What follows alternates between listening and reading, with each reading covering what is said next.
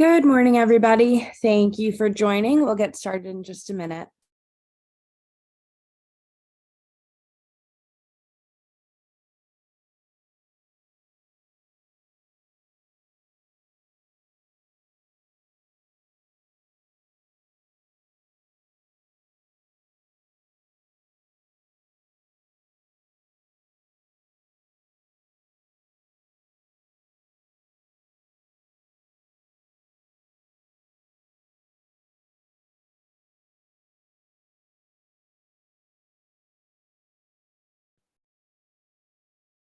Good morning and welcome to the webinar. My name is Vanessa, and today I will be presenting on Mastering the Quantitative Methodology chapter.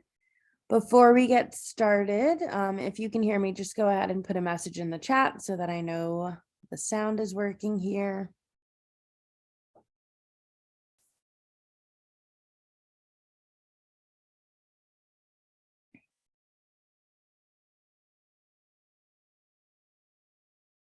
Great, thank you. All right, so let's go ahead and begin.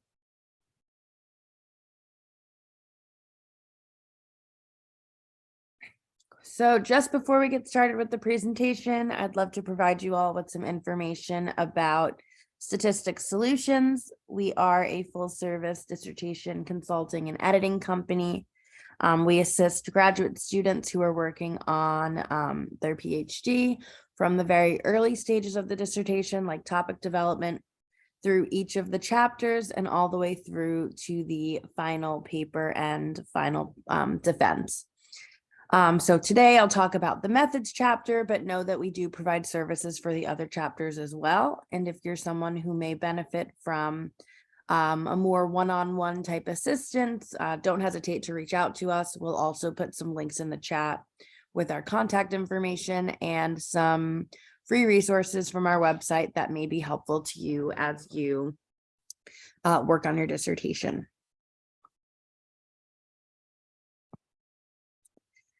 Okay, so to give you an overview of what we're going to be talking about today, this webinar is on the quantitative methodology chapter. So we'll be focusing specifically on the components of methods. We won't be talking about qualitative methods today. We do have some webinars that are dedicated specifically to qualitative and mixed methods. So if you're interested in those topics, I would recommend checking out our webinar archive library or signing up for a future webinar where we'll talk about those. But today, again, we'll really just focus on what's required for this quant methods chapter. So namely, the components of the chapter are typically the introduction, research methods and design, population and sample, instrumentation, data collection and analysis procedures, limitations, and ethical considerations. This is pretty standard for what you would expect to see in the chapter, but we always recommend that before you start writing, you reach out to your chair, reach out to your reviewers, potentially students who have already gone through this piece of the process, and ask if they have a template or a checklist that you can refer to. That'll be a helpful tool just to make sure you are including exactly what you should be including in your chapter and not putting like anything extra or missing out on specific sections.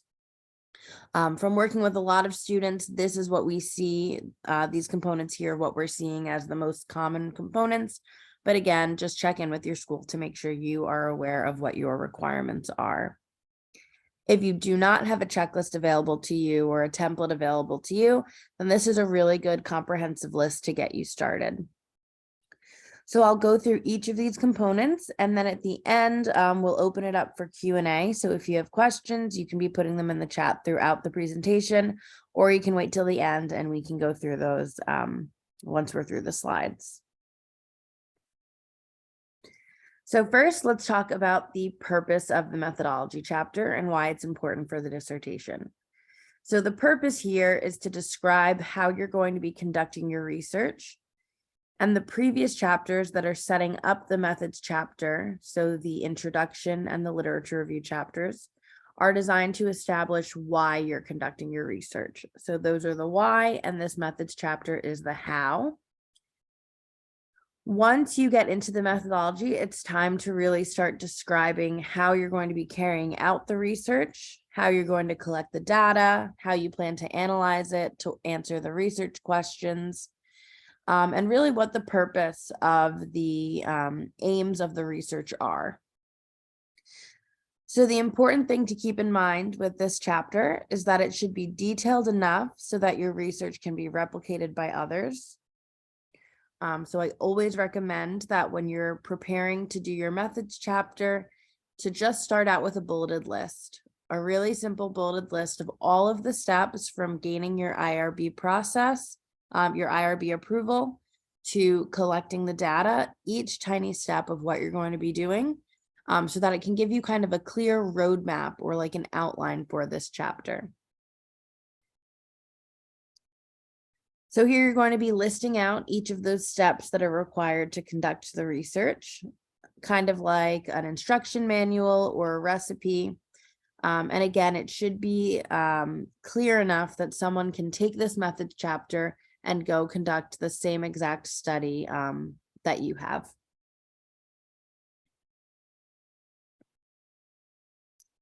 So in the introduction, this is going to be very similar to the introduction for your other chapters. You will start out by restating the purpose and the problem statement of your study. So you just want to reorient the reader to what this study is about. And then you can go ahead and restate your research questions and hypotheses. Now, when you do this, it's important to make sure that you are restating your research questions and hypotheses verbatim. So you don't want to get creative here with the language. You really want to make sure that you are maintaining a consistent message with regard to both your research questions and your hypotheses. And then once you do that, you can preview and outline the sections that are going to be coming up in the chapter. So you may do that by simply listing out the different section headings that will appear in the chapter to give a preview of the chapter's contents. One of the first things that you usually talk about in this chapter is the selection justification for your research design. So here you want to state the research design that you selected and provide a rationale for why you selected that design. It's important to note here that some schools will require you to not only discuss the specific research design within quantitative methods, but also they may want you to justify the selection of the quantitative research method. So there you might draw some comparisons or, show the differences between quantitative versus qualitative methods and really explain why a quantitative study makes the most sense for your research questions.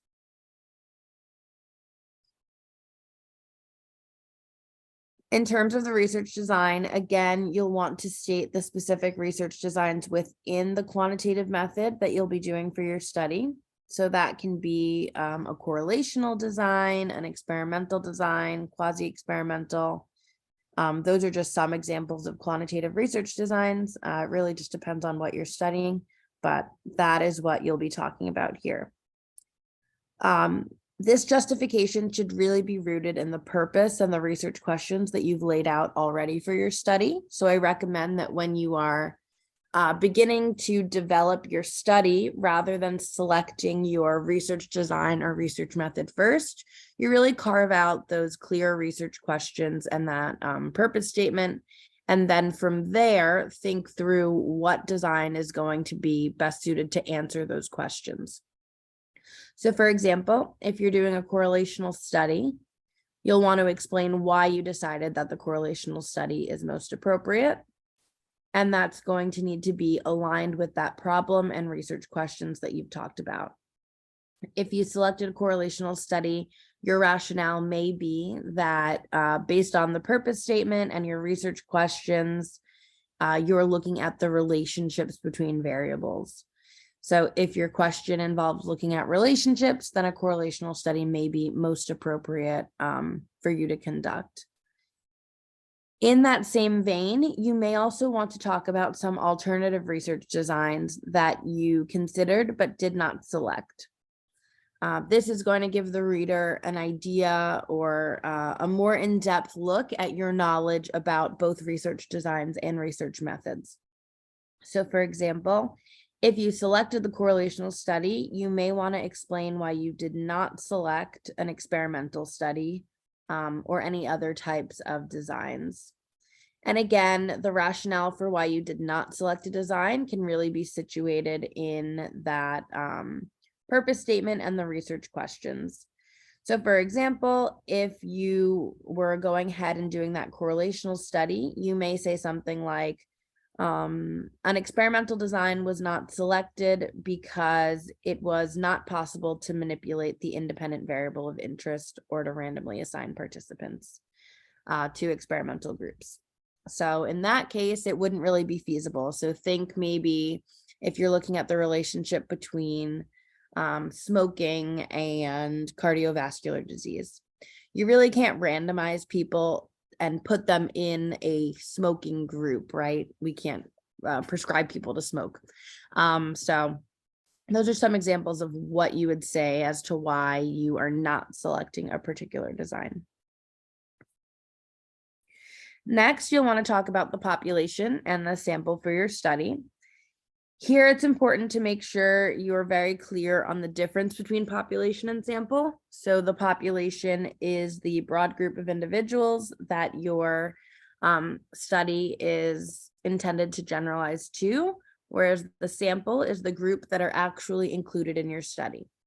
So for example, if I am doing a study of breastfeeding women in the US, that might be my population, that whole group, whereas my sample will be the 300 or some women who I'm able to recruit to participate in my study. So you'll want to draw distinctions between the two here in this methods chapter. If you are in the proposal phase of your dissertation, you're going to want to provide some demographic information about the population. So you may say in the US on average, there are X amount of breastfeeding women. Their average age is X, and give some of these demographic statistics that may be of interest to the reader. And the reason that you do this is because when you're doing this quantitative study, we want to understand whether or not your sample is representative of the population. So this background information is going to be helpful for the reader to really interpret your results and understand how applicable they are to that greater population. One way that you might do this, you can look into the literature to see about your particular group that you're studying. The CDC also has a lot of basic statistics on various groups. If you're studying a particular profession, you might look at the Bureau of Labor Statistics. They also have some data that may be helpful to you. Next, you will want to talk about your sample. So in doing that, you will want to talk about who you intend to include in your study. And again, remembering here that the population is different from the sample. So here, not only will you be talking about the general pool of people that you are recruiting from. So in my case, it was breastfeeding women in the US, but you'll also want to talk about your sampling strategy and also any inclusion or exclusion criteria that you're going to be applying to this group. So first, you'll want to talk about the strategy. So how are you going to be sampling them? Is it going to be a random sample, a convenient sample, maybe a purposive sample? Just thinking through, what method is most appropriate to recruit these people.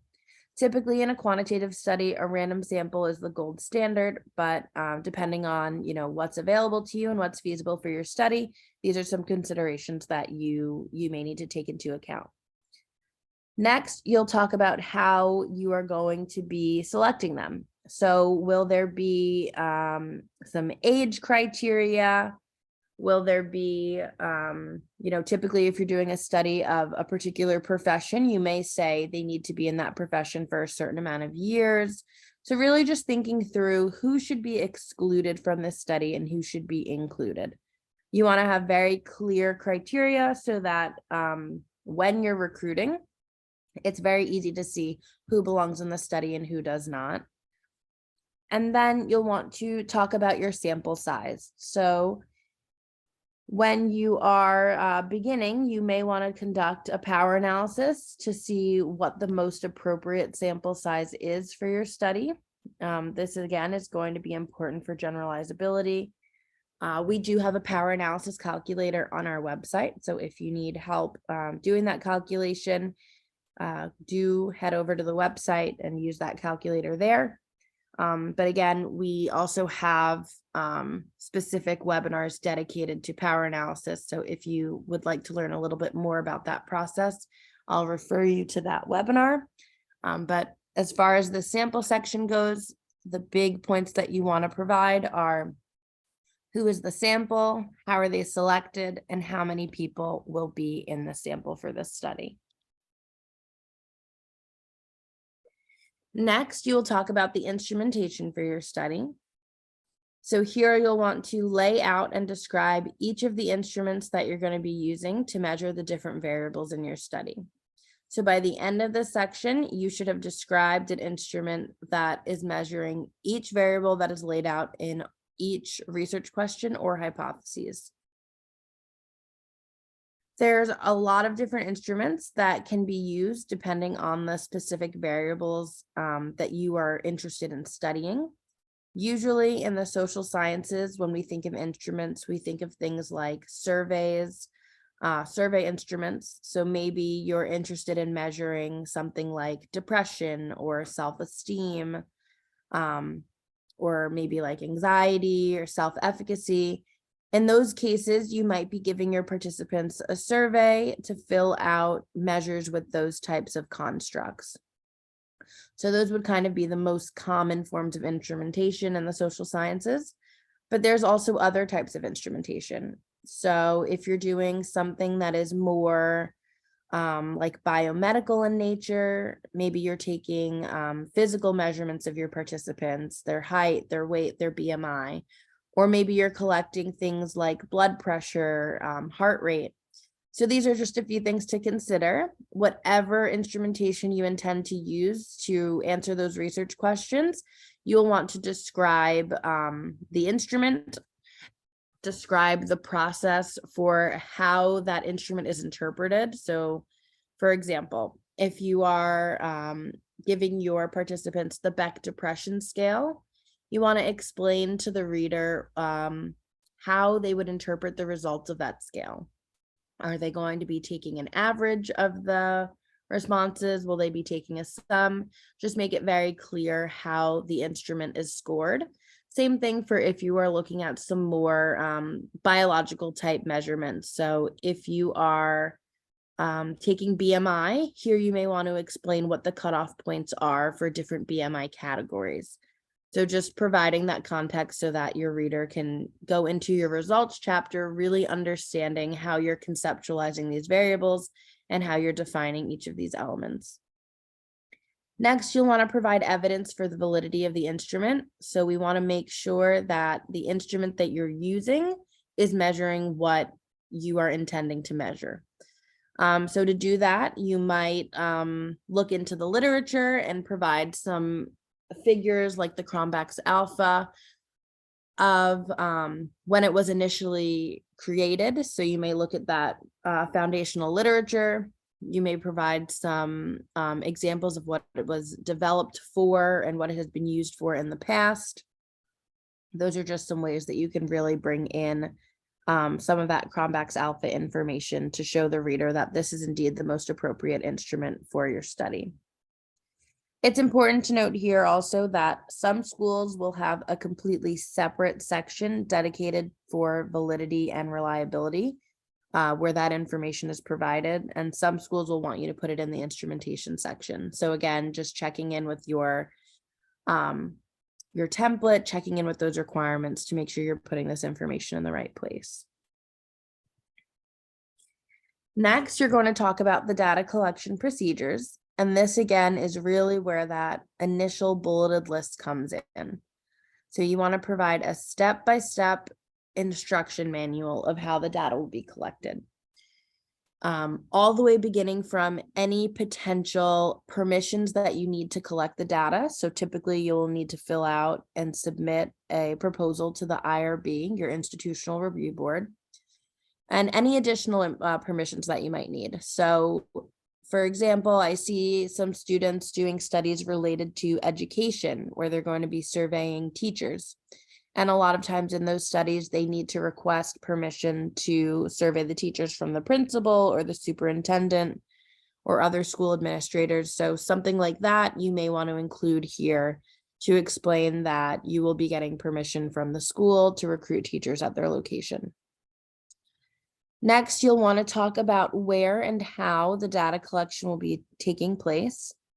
So will you be collecting the data in person? Will you be collecting it online? Just thinking about what makes the most sense for you. You may be handing out paper and pen surveys and having, your participants take them in a designated location, or you may be distributing an online survey. So whatever that process is, you'll just want to detail it here. You'll also want to talk about the consent process. So, you need to collect informed consent from your participants. And depending on the modality of your data collection, whether it's in person or online, it will differ. So if you have an online survey, it could be that your consent form is the first page of that survey. And as soon as they open up that link to take the survey, they are directed to the consent. Whereas if you are collecting data in person, maybe rather than having that first page be the consent, you're going to be, verbally reading out the consent and then having participants sign the consent form. I've also seen people email out a consent form and then subsequently email out whatever the instrumentation is for the survey or whatever you're collecting. So this really just depends on your process, but it is an important point to keep in this section. And then lastly, you'll want to talk about how and when your instruments are going to be administered.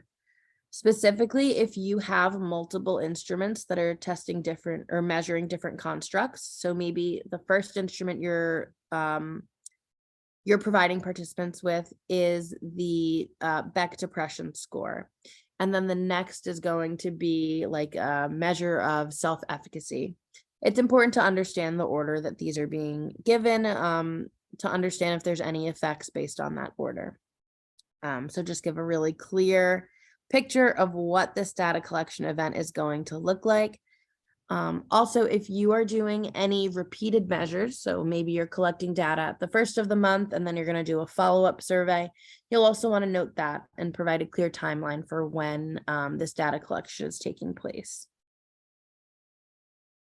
If you are doing a study that is relying on secondary data, I do want to point out a few things.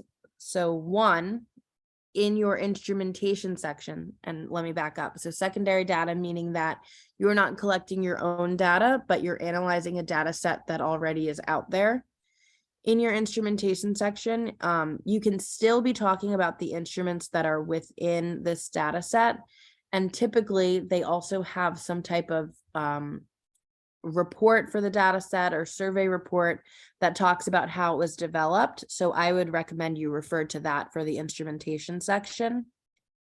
And then for the data collection procedures, again, you can refer to whatever report was developed with that data set to understand the way that the survey was administered, and then you can provide that information in here. So it may not be that you're the one going out and getting approval to recruit or doing these things, but the information should be available if you're using secondary data for how the researchers did in that particular data set.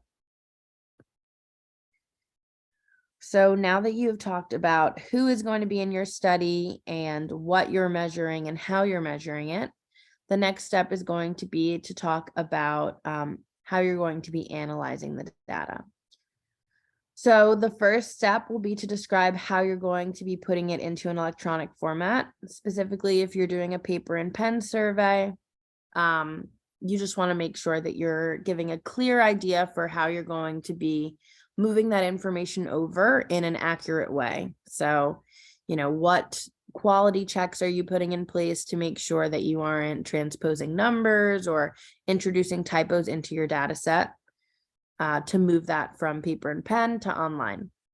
If you're doing an online survey, this can be as simple as downloading the Excel export and uploading it into the software that you're using. So next, you're going to talk about that software. There's a number of quantitative softwares that you can use for your studies. Typically, I see students using SPSS, SAS, M+. Here at Statistics Solutions, we also have our own software that analyzes and also provides the written output, so kind of summarizes your results for you. And then you're just, you have to clean it up a little bit to make sure that it says what you want it to say. But whatever software you're using, you will want to make sure you're identifying it and identifying any data cleaning procedures or analysis that you're using. So in terms of data cleaning, you want to describe how you're going to be preparing the data for analysis. So a few data cleaning procedures that you might need to do are excluding participants who do not meet the inclusion criteria, maybe taking care of missing data and identifying how you're going to be taking care of that. You might need to recode or reverse code some items. So just to kind of give a real world example, if you have an online survey and you kind of just put it out into the world, maybe you email it to a lot of people or you put it on social media and allow people to just take it. On the back end, you may need to check to make sure they're meeting that inclusion criteria and they're not just like people who gained access or potentially bots. I know personally I've had bots attack surveys that I've administered before. So you may want to have some screening questions built into your survey after your consent so that on the back end, once you receive all of the results, you can look and say, yes, I know that these people are truly the people who, were supposed to take it, or you can exclude all of those who did not answer the screening questions correctly. You'll also want to talk about any descriptive statistics that you're going to be conducting. So typically you'll want to look at the descriptives and the different distributions for your variables of interest and also any demographic variables.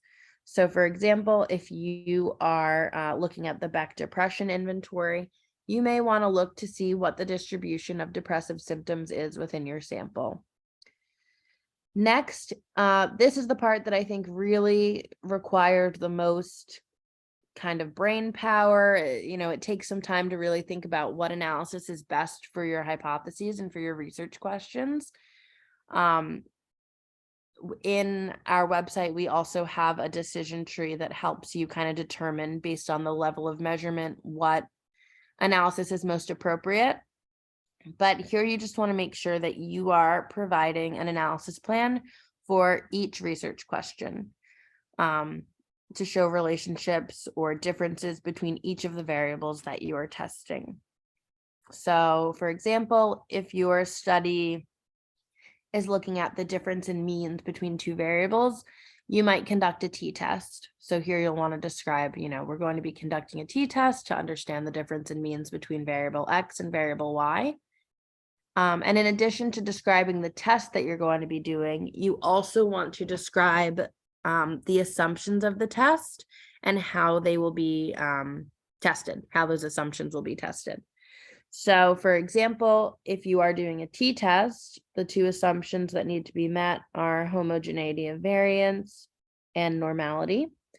So that means that you want to check to make sure that your data is normal and that there's variance within the data. So in order to test those assumptions, there are some additional steps that you may need to take. You might need to look at a histogram or run a Shapiro-Wilks test. Oops. So just thinking through what those assumptions are and detailing how you're going to check to see if your data meets the assumptions. And if your data does not meet the assumptions, what is the next step going to be? So if your data isn't normal, will you proceed with the t-test? Will you transform your data to make it normal? So, what is the plan there for your data? And again, in our software, it's called Intellectus, we do also have this assumptions testing component built in. So it is a really helpful tool if you aren't so familiar with the statistics side of things. And then next, you'll want to talk about the limitations. So these limitations can be largely rooted in your research design or your research method. Each research design is going to have hallmark limitations that you will probably come across in your literature search. So I've listed a few here on the slides, but again, these are not all of the research designs. So if you don't see your intended design here, a little digging in the literature will help you identify some of those hallmark limitations. So for example, we know that in correlational studies, if there's a correlation, we can't decide from that determines causality. So correlation does not equal causation is a potential limitation that you may talk about. If you are giving a survey study, those are pretty vulnerable to response biases. So participants may be responding in a way that isn't true, or maybe they're trying to really be portrayed in a positive light. So they're responding in a way that they think is appropriate. So these are some things to consider as well. And in this same vein here, when you're thinking about the limitations, it's important to think about some ways that you might mitigate these limitations and introduce them into your methods. So specifically with the response bias, you may think about ways that you can word your consent form or assure your participants that their information is completely confidential to really make sure that they feel comfortable sharing and being honest with you through your instruments. If you're collecting any measurements, here you may talk about measurement error. So, if maybe you're not the one collecting the measurements, maybe you have a team, you may want to build in a standard operating procedure or some training into your methodology section to say that, all of the people who are collecting this blood pressure measurement are well-versed and well-trained to do so, and kind of have a standard operating procedure for getting the most accurate measurement. So maybe you take the measurement twice, if there's a deviation of a certain amount, you take it again. So really just thinking through, how can I get the most accurate information here? And then next you'll talk about the ethical considerations. So the main point of this here is to show how you are respecting the confidentiality and the anonymity of your participants, and also upholding the different principles in the Belmont report. So this will begin with your IRB approval.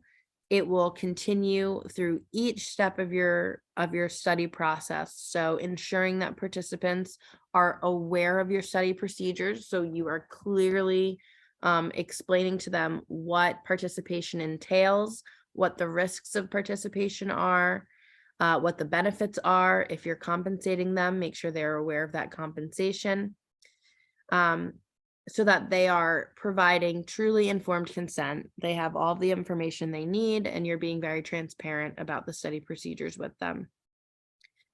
And this goes through to your results as well. So how are you going to be protecting the identities of the participants? Most likely you won't be reporting their names in your manuscript. You may be assigning participants with ID numbers to identify them and really de-identifying the data. So taking any names, addresses, email addresses, anything that could identify them out of your data sets. And then just thinking through how you plan to store the data. So, in this electronic world, most of us are storing data in files on our computers, but just thinking through how you're making sure that's a secure place. So you may just say something like, the data will be stored on the researcher's computer in an encrypted file. It may be something as simple as that. Or if you are doing a paper and pen survey, you may be keeping those surveys under lock and key. The last thing you'll want to describe is your plan for destroying the data once the study is completed. So typically, you'll say something like, after 5 years, the data will be destroyed. So, just making sure that you're tying up all those loose ends and this data isn't just going to be floating out there once your study is concluded. But that is the last section of this methods chapter. So I will stop here for questions. If you have any questions, please feel free to put them in the chat.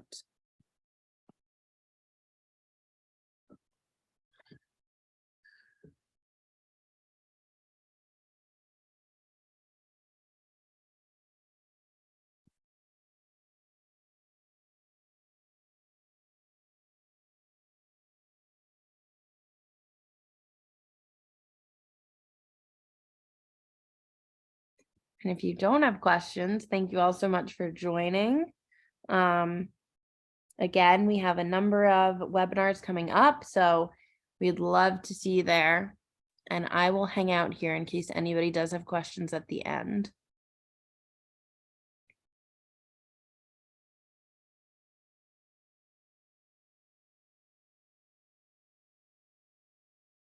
Thank you. Have a great day.